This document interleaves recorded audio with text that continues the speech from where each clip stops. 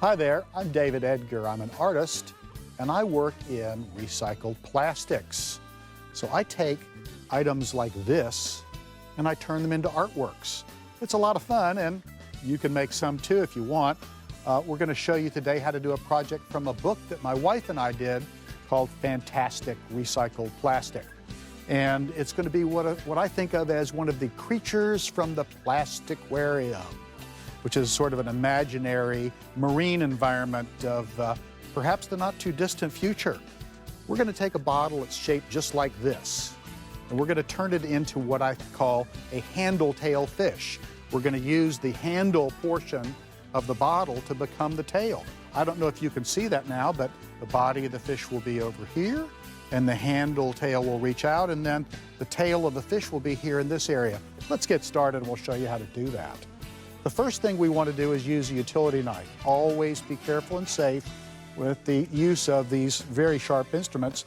And the first cut we make is right here, and we dive into the plastic and make our first piercing there.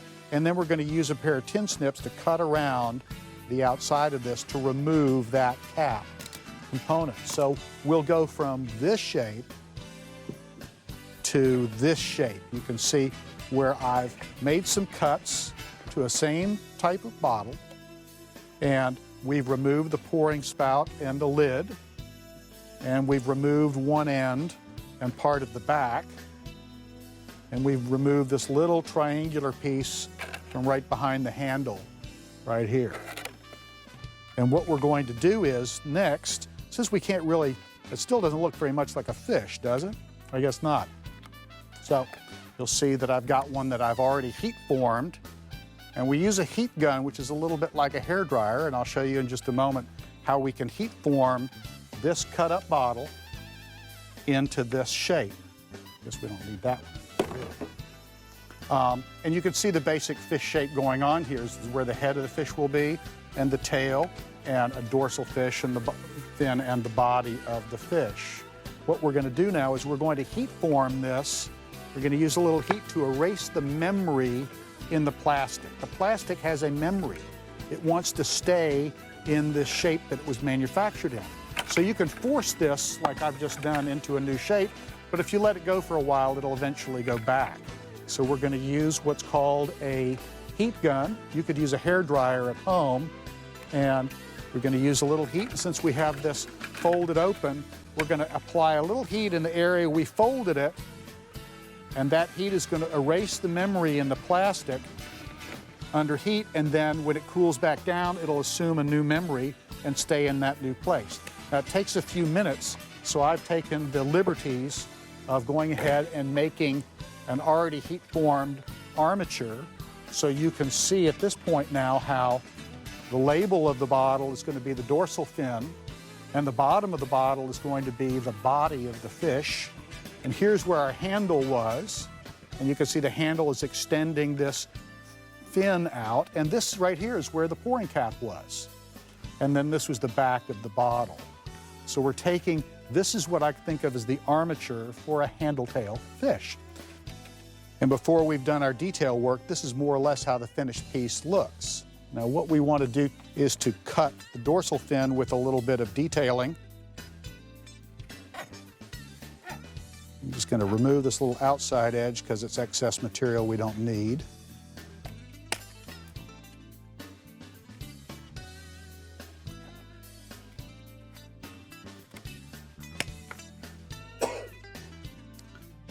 And it's very important when you're cutting the dorsal fin to cut out a negative space between the different elements of the fin. If you just make cuts, the pieces won't separate visually. You want them to separate visually. So we'll make a row of these cuts all the way down like so to make the finished piece. And so we're going to move on to some additional parts. We've got a pre-cut head, which we've cut out of some scrap plastic. We have a gill, which is going to go right behind the head, as you can see here. We have a sports drink cap and a soda bottle twist cap, and that'll be a two-part eye. We have made a lot of these detail cuts you saw earlier, And I have a scrap from a plastic bottle. It was yellow, and I think this was a prune juice bottle here, and that's going to be, those two parts together are going to be a kind of a decorative fin element. And we're going to set the head assembly aside for a moment. We want to put the fin component on there first before we do the head. We're doing it with a staple, an electric staple gun. So we've got our fins here, and we're holding them in the place where they'll be. We're using a cardboard pad here to protect the tabletop so you don't put the staple into your tabletop. But one good staple usually will do the trick to hold those fins in place. You can see them that way.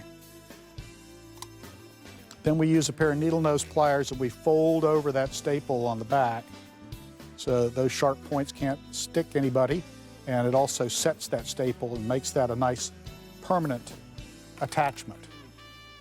Now you can see on the back here, I've drilled a hole back here, and I got a piece of copper wire. That's going to be our hanger, and it's going to be attached at the same time we do this eye and head assembly with the gill. These are all of those components together.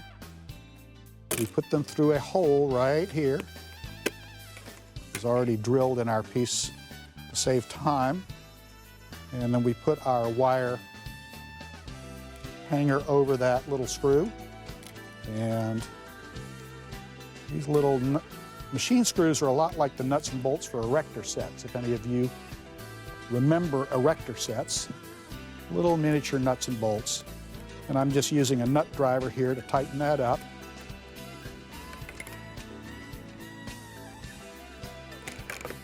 And we sort of, you can see here, we made the eyes offset, so there wasn't one right in the middle of the other.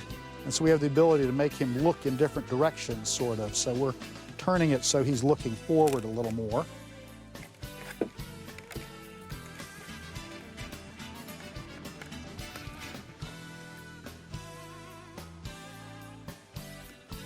And this is just tightening up that screw so that it stays in place.